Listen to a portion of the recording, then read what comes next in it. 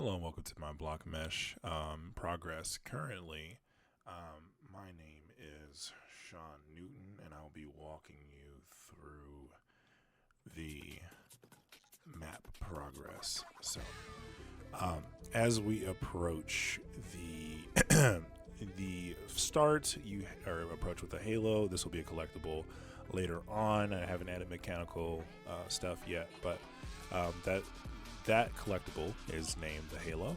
This collectible right here is the Beat Spear. Beat Spears give you a significantly more amount of beat points than the Halos. So this game runs off of three main objectives. So you have the first objective, which is, these are all optional, but all ways to get to the end of this level. You have the first objective, which is get 10,000 points through collecting beat spears and halos as you traverse through the map. The second one is collecting enough beat spears, gear shards, and and beat. I'm blanking on the name. I apologize. And beat.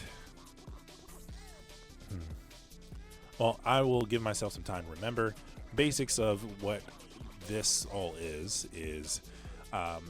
we are now approaching a gate. This gate will actually show the points in here to how many beat points you have, how many beat scales you have, and how beat keys. There we go. And how many beat keys you get. So the beat keys are, if you collect all 5 of those, they immediately unlock this door.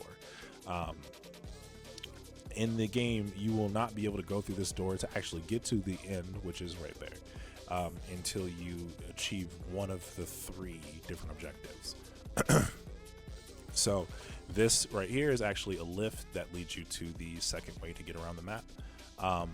This is just like, we have a couple of areas like this to kind of help you collect points. This will be filled with collectibles on the final version of the map. But for now, it's a little barren, but it's to get the point. We have a bit of a ramp there too, so you can access all of this through the front. This would be the third path to kind of just experiment with what you've learned in this little tutorial section right here that shows you the beat spears and the grind rails for the first time. Then you have different areas you can go to based on learning what that momentum will do for you, and then there's the option to just take the lift to the end of the level.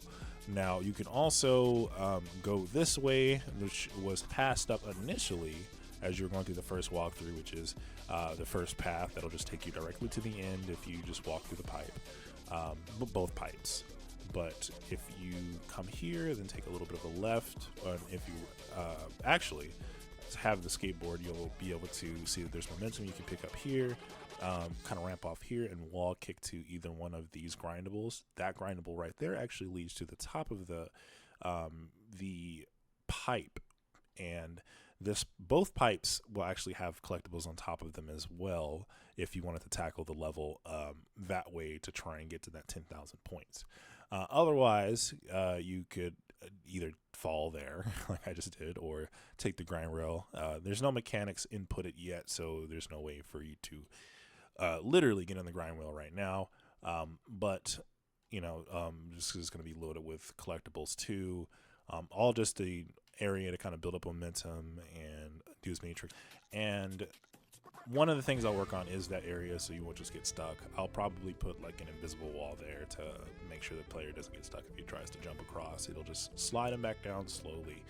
But yes, that is the 3 path options. So we have this main tube, we have the side ramp here to kind of ramp to that area, and that'll be the second where you can go to. And the third is cutting right there from the second, and kind of just you can actually get to the second area through doing ramp tricks right here. If you get enough speed between this ramp and that one, you can actually ramp directly underneath the pipe and go through it that way and take the lift. We will you can look down here and you'll see the other option for a lift that'll take you up here. I haven't mastered the spline yet, which is a mechanic, and I will have that done by the next update. But if you decide to drop down here, let's go back to the second option.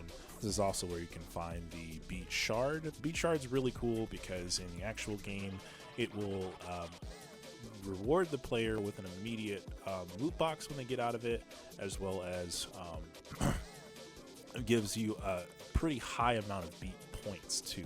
I believe it's about it's 250. I may scale it up to about 500 for those who actually are able to figure out the secret. So the wrecking ball here actually will be on a spline as well, but an interactive spline. So whenever you skate up here and then interact with the wrecking ball via a wall kick, it will be kicked into that wall and knock down some bricks. Those bricks will then reveal one of the beat keys and also the gear shard, so you can collect them both. And it'll also spawn a little bit of a ramp right here that'll lift you up to both, and you can wall kick the wrecking ball to reset it if you wanted to do that, or leave it to the side and it will eventually have the gear shard spawn back as well. Gear shards are a bit harder to farm because their cooldown time for their respawn is a bit slower than the rest of the collectibles. The collectibles that will be in the game will be on pretty much a 30-second cooldown, so you can go right back and collect from the same route that you were doing before to try and hit 10,000. And the last but not least is the mechanical plans for this. So I'm planning on putting a HUD that shows you clearly how many points you have, how many keys you have found, how many points you have, how many keys you have, and how many scales you have.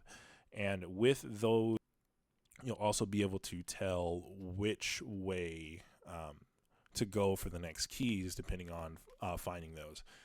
Pretty much working as you find one key, it makes another key glow. You find another key, it makes that another key glow, and so on and so forth. Where all the spawn points are, that's not an issue. But otherwise, this has been my block mesh to this point. I hope you enjoyed,